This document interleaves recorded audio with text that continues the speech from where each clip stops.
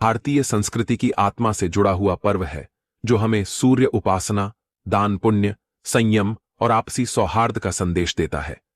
यह पर्व केवल एक तिथि या त्योहार नहीं, बल्कि जीवन में सकारात्मक परिवर्तन और नई शुरुआत का प्रतीक माना जाता है। मकर संक्रांति के दिन सूर्यदेव दक्षिणायण से उत्तरायण की ओर गमन करते हैं, इसलिए इसे प्रकाश, ऊर्जा और शुभता के बढ़ते प्रभाव का काल कहा गया है। धार्मिक मान्यताओं के अनुसार जब सूर्यदेव धनु राशि में रहते हैं तो उस काल को खरमास कहा जाता है, जिसमें विवाह, गृह प्रवेश, मुंडन जैसे मांगलिक कार्य वर्जित माने जाते हैं। मकर संक्रांति के दिन सूर्यदेव के मकर राशि में प्रवेश करते ही खरमास का समापन हो जाता है और फिर से सभी शुभ एवं मांगलिक कार्य प्रारंभ हो जाते हैं।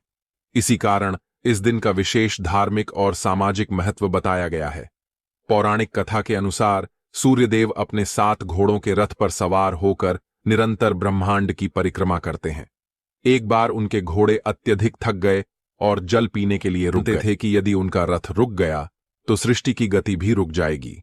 करुणा भाव से उन्होंने घोड़ों को विश्राम दिया और कुछ समय के लिए रथ में गधों को जोत लिया। गधों की गति धीमी होने के कारण सूर्यदेव की चाल भी मंद हो गई और यह काल 1 महीने तक चला, जिसे खरमास कहा गया।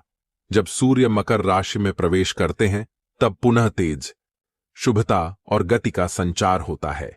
एक और सुंदर मान्यता यह भी है कि मकर संक्रांति के दिन सूर्यदेव अपने पुत्र शनिदेव से मिलने उनके घर जाते हैं, क्योंकि मकर राशि के स्वामी शनिदेव हैं।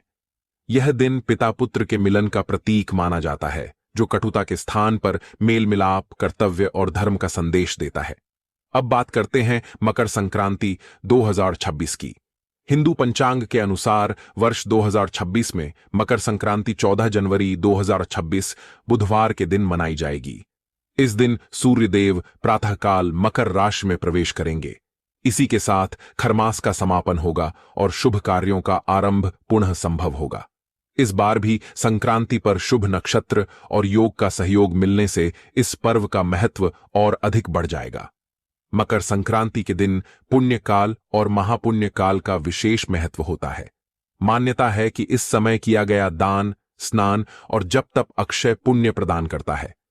पवित्र नदियों में स्नान करना, सूर्यदेव को अर्घ्य देना और उसके बाद तिल, गुड़, चावल, कंबल, वस्त्र एवं अन्न का दान करना अत्यंत फलदायी माना गया है।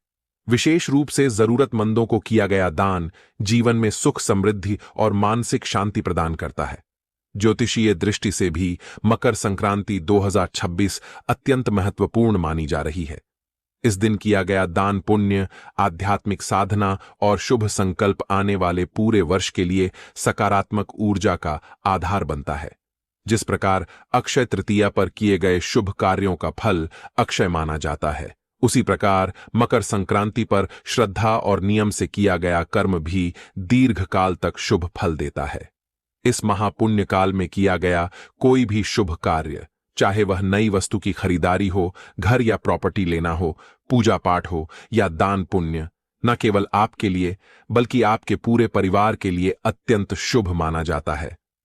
धार्मिक मान्यताओं के अनुसार मकर संक्रांति के दिन से देवताओं का दिन आरंभ हो जाता है और ऐसा कहा गया है कि इस दिन स्वर्ग के द्वार खुले रहते हैं।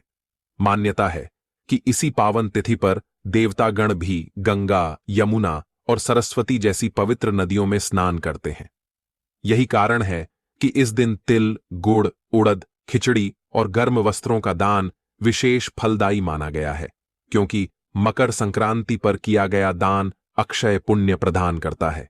मकर राशि के स्वामी शनिदेव हैं और सूर्यदेव के मकर राशि में प्रवेश से शनि का प्रभाव सक्रिय हो जाता है।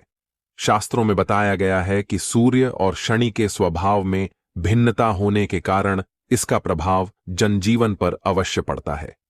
जिन लोगों की कुंडली में शनिदेव की स्थिति मजबूत होती है, उन्हें इसका प्रभाव कम दिखाई देता है, लेकिन जिनकी कुंडली में शनि दुर्बल होते हैं, उन्हें जीवन में बाधाओं और संघर्षों का सामना करना पड़ सकता है। इसी कारण मकर संक्रांति के दिन दान अवश्य करना चाहिए, चाहे वह सामर्थ्य के अनुसार छोटा ही क्यों न हो। एक पौराणिक कथा के अनुसार भीष्म पितामह को इच्छा मृत्यु का वरदान प्राप्त था, लेकिन उन्होंने दक्षिणायण सूर्य में देह त्याग नहीं किया। वे बाणों की शैया पर उत्तरायण सूर्य की प्रतीक्षा करते रहे और मकर संक्रांति के दिन सूर्य के उत्तरायण होते ही उन्होंने अपने प्राणों का त्याग किया ताकि उन्हें मोक्ष की प्राप्ति हो सके। ऐसी मान्यता है कि उत्तरायण काल में या मकर संक्रांति के दिन देह त्याग करने से व्यक्ति जन्म मरण के बंधन से मुक्त हो जाता है। अब दोस्तों बात करते हैं मकर संक्रांति 2026 की। इस वर्ष मकर संक्रांति 14 जनवरी 2026 बुधवार के दिन मनाई जाएगी। बुधवार का दिन बुद्धि, व्यापार और उन्नति का प्रतीक माना जाता है। इस दिन सूर्योदय प्रातःकाल और सूर्यास्त सायंकाल होगा और पूरा दिन दान पुण्य साधना के लिए अत्यंत अनुकूल रहेगा। दोस्तों, अब हम आपको बताने जा रहे हैं मकर संक्रांति 2026 के दिन किए जाने वाले कुछ ऐसे विशेष उपाय जो आपके जीवन की दिशा बदल सकते हैं। ऐसी मान्यता है कि इस बार मकर संक्रांति पर एक साथ कई शुभ योगों का निर्माण हो रहा है जो बहुत लंबे समय बाद बनते हैं। इन योगों में राजयोग, लक्ष्मी सर्वार्थ सिद्धि योग जैसे अत्यंत प्रभावशाली योग सम्मिलित माने जा रहे हैं। शास्त्रों में कहा गया है कि यदि इन योगों में श्रद्धा और नियम से उपाय किए जाए तो मनोकामनाओं की पूर्ति शीघ्र होती है। यदि आप चाहते हैं कि आपकी किस्मत के बंद द्वार खुलें, यदि आप चाहते हैं कि धन समृद्धि आपके जीवन में स्थायी रूप से आए, तो मकर संक्रांति के दिन बताए गए उपायों को अवश्य अपनाइए।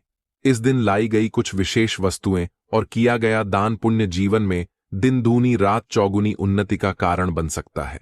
यह कोई साधारण उपाय नहीं, बल्कि धर्मशास्त्रों में वर्णित सफलता और समृद्धि का अचूक मार्ग माना गया है। तो दोस्तों, मकर संक्रांति 2026 के इस पावन अवसर को व्यर्थ न जाने दें। श्रद्धा, विश्वास और नियम के साथ किए गए छोटे से कर्म भी बड़े परिणाम दे सकते हैं, क्योंकि जब समय, तिथि और योग एक साथ अनुकूल हों, तो भाग्य भी स्वयं साथ देने लगता है।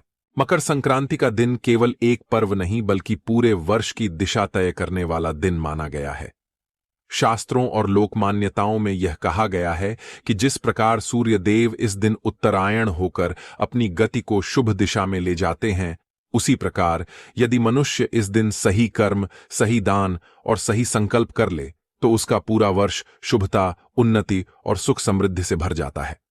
इस दिन किए गए छोटे छोटे उपाय भी जीवन में बड़े परिवर्तन लाने की क्षमता रखते हैं, क्योंकि मकर संक्रांति का संबंध सीधे सूर्य, शनि, पुण्यकाल और देवकाल से जुड़ा हुआ है।